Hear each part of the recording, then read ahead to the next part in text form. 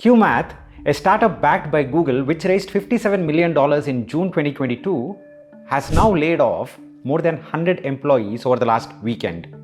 Well, QMath is a platform where students from 1st class to 12th class can connect one-on-one with a teacher to learn maths. Now, a great platform, but still it is becoming difficult for it to find that product market fit. It's not just QMath, by the way. Teachmint, a pre-revenue company, which means it did not even start earning any kind of money yet, has already raised $120 million over the last 2 years. And it also has fired more than 12% of its employees. Extramarks, a company backed by Reliance, has laid off 300 employees in the last few months. Now, this begs a fundamental question. Why are investors investing in these companies when these companies are anyways going to go down? Well, nobody can project the future, but why are their bets going so horribly wrong? In this video, we'll analyze why and what is the decision-making process of investors, what is specifically happening with these Edu Tech companies and where is Edu Tech moving to, and also what can you and I learn as business students and also employees in the corporate world. So let's get started with the first point, that is what is happening with respect to investors. Why are they going and investing? What's the rationale behind their entire thought process? The first point that you need to understand is investing is all about projections. The founder, the CEO, the startups, these come to these investors and say, I have a great concept, I already have some revenues in most cases, and now for me to grow, I need to raise some money. Can you please give me that money? And I will grow at a much faster pace. A promising investor who can do all the diligence, who can do all the background work to make sure that what the founder is speaking is correct. And then they go ahead and invest. Then what is going wrong? End of the day, these are projections, so anybody can go wrong. But the problem is, when Byjus and Akash came together in April 2021, a lot of investors who did not invest in that particular deal had something called as a FOMO, fear of missing out, which can be simply explained as, assume 10 people have watched Gadar 2. Whether you like Sunny Deol's movies, doesn't really matter. You just still want to go and watch that movie because others are watching it, it might be good, and you don't want to have that fear of missing out that great product. Similarly, when two investors are going and putting their money in the edutech space, all the other investors are also searching for startups in the edutech space so that they can go ahead and invest that money. The first investor will make sure they actually go ahead and speak about it in the best possible way. Because if more and more investors come in, the first investor will take out their money at a higher valuation.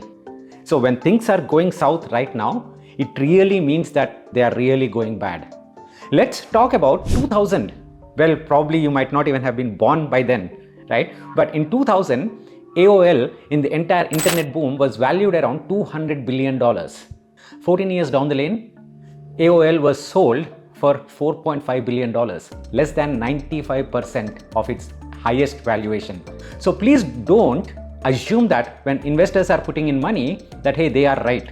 Please develop that contrarian thinking that, hey, something might go wrong. My simple request over here is, please don't follow the headlines and believe in whatever the news is coming to you.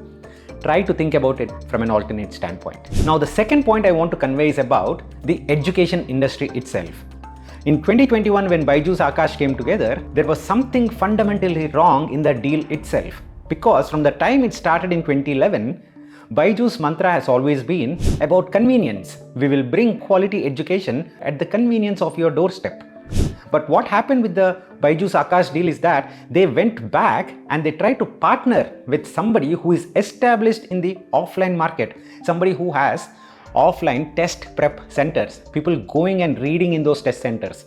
Now, this actually indicates a lot of things. Once the pandemic curve started going down, people went back, started attending these physical classes so that they get that one-on-one interaction with the teacher. So it indicated that while all the other industries were radically transformed by the entire online space, education still did not transform as much as the investors would have hoped for. And that's the reason why even today in entire Byjus portfolio, Akash is the one which is valued the highest. And there is a very high chance that Akash is the one which would go for IPO, but not the other parts of Byjus. Now, what can you and I learn as a corporate employee? when we are making these decisions to go ahead and work for a new company, please understand that, hey, a new company has raised certain money, they are giving a higher salary, I would definitely want to jump into that ship. I definitely do not question how much you can learn in these kind of situations.